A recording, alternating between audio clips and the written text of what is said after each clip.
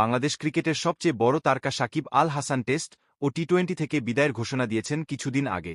তার ইচ্ছা, ঘরের মাঠে দক্ষিণ আফ্রিকার বিপক্ষে টেস্ট সিরিজ দিয়ে এই সংস্করণকে বিদায় বলবেন তিনি। তবে নিরাপত্তা শঙ্কার কারণে শেষ পর্যন্ত এই অলরাউন্ডার দেশে ফিরবেন কিনা তা নিয়ে সন্দেহ আছে। সে ক্ষেত্রে কানপুর টেস্টই হবে সাকিবের শেষ টেস্ট। নিজের সম্ভাব্য টেস্টের শেষ ইনিংসটা ভালো গেল না সাকিবে।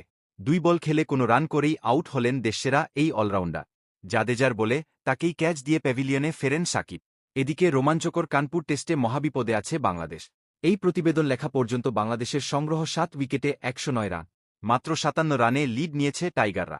শেষ দিনে এখনও 2 সেশনের বেশি রয়েছে। ফলে দ্বিতীয় টেস্টেও হারের শঙ্কা জেগেছে বাংলাদেশে। বাংলাদেশের হয়ে শেষ টি-20 ম্যাচটি সাকিব খেলে ফেলেছেন গেল বিশ্বকাপ। আর ঘরের মাটিতে দক্ষিণ আফ্রিকার বিপক্ষে টেস্ট সিরিজ খেলতে না পারলে আজই হতে পারে সাকিবের শেষ টেস্ট। নিজের সম্ভাব্য শেষ ইনিংসে সাকিবের ব্যাট থেকে ভালো কিছুর আশা